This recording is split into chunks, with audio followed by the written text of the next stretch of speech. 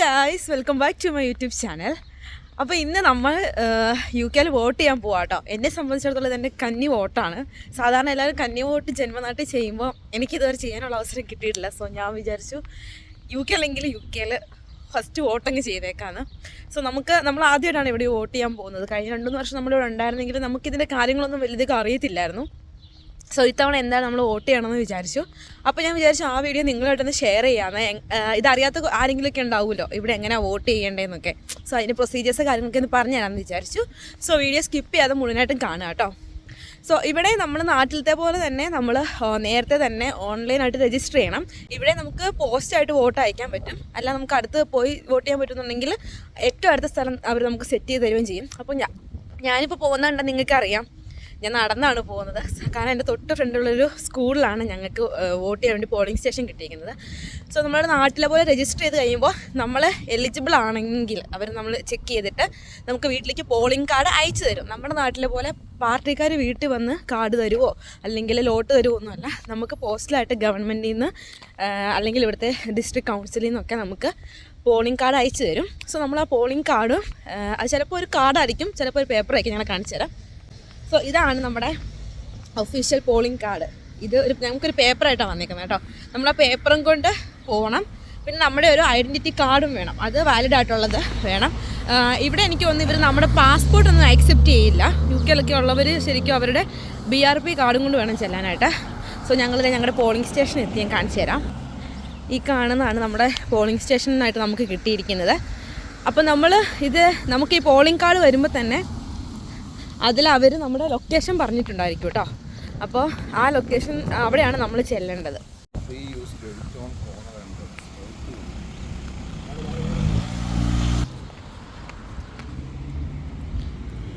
Guys, നമ്മളവിടെ ചെന്ന് കഴിഞ്ഞപ്പോഴാണ് മെയിൻ എൻട്രൻസ് അവർ വണ്ടികൾ മാത്രം കയറി പോകാൻ വേണ്ടി വെച്ചേക്കുന്നത്. അപ്പോൾ ഇതൊരു സ്കൂളാണ്. സ്കൂളിന് ഒരു കോർണർ എൻട്രൻസും കൂടെ ഉണ്ട്. നമ്മളിപ്പം അതിലേ വേണം കയറി പോകാൻ വേണ്ടിയിട്ട്. സോ ഞങ്ങൾ അതിലേ പോവാണ്. ഇവിടെ എങ്ങനെ നമ്മുടെ നാട്ടിലത്തെ പോലെ പാർട്ടിക്കാർ അതിങ്ങനെ നടക്കുമോ അല്ലെങ്കിൽ നമ്മൾക്ക് ആളെ പിടിച്ച് മാറ്റാനോ ഒക്കെ ആയിട്ട് പോലീസ് അങ്ങനത്തെ കാര്യങ്ങളൊന്നും ഇല്ല കേട്ടോ. ഭയങ്കര കാമൻ ക്വയറ്റായിട്ടോ. ഒരു പോളിംഗ് ആണെന്ന് ഇലക്ഷനാണെന്ന് പറയത്തേ ഇല്ല. അത്ര കാമൻ ക്വയറ്റായിട്ടാണ് കാര്യങ്ങൾ പോകുന്നത്.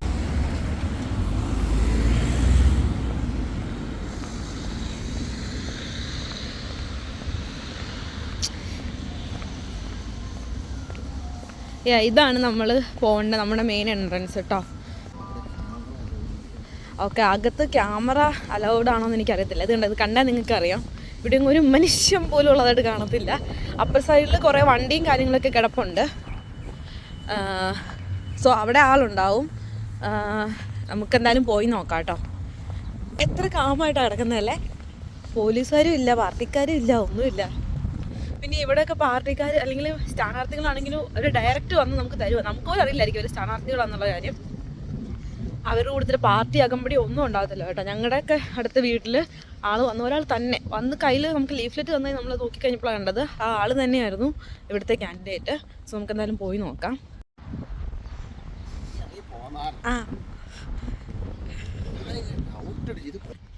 ആർക്കാ വോട്ട് ചെയ്തേ? ജയിക്കുന്ന ആൾക്ക് നാട്ടിലെ സ്ഥിരം പരിപാടിയെ ജയിച്ച ആൾക്ക് വോട്ട് ചെയ്തെന്ന് പറയാം. ഋഷിസുനൊക്കെയാണോ വോട്ട് ചെയ്തത്? ഞാൻ പറയത്തില്ല. നമ്മളാർക്കാ വോട്ട് ചെയ്തെന്ന് നമ്മൾ പറയരുതെന്നാ ചുമ്മാ രസം. ഗൈസ്, നമ്മൾ വോട്ട് ചെയ്തിട്ട് തിരിച്ചു വന്നു കേട്ടോ. തിരിച്ചു വന്നുകൊണ്ടിരിക്കുന്നു.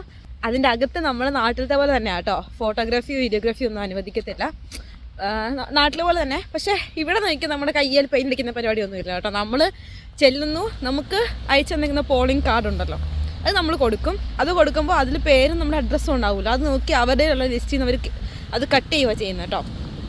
സോ നമ്മളവിടെ ചെന്നു എന്നുള്ളതിന് അവർക്ക് അത് മതിയായിരിക്കും തെളിവ്.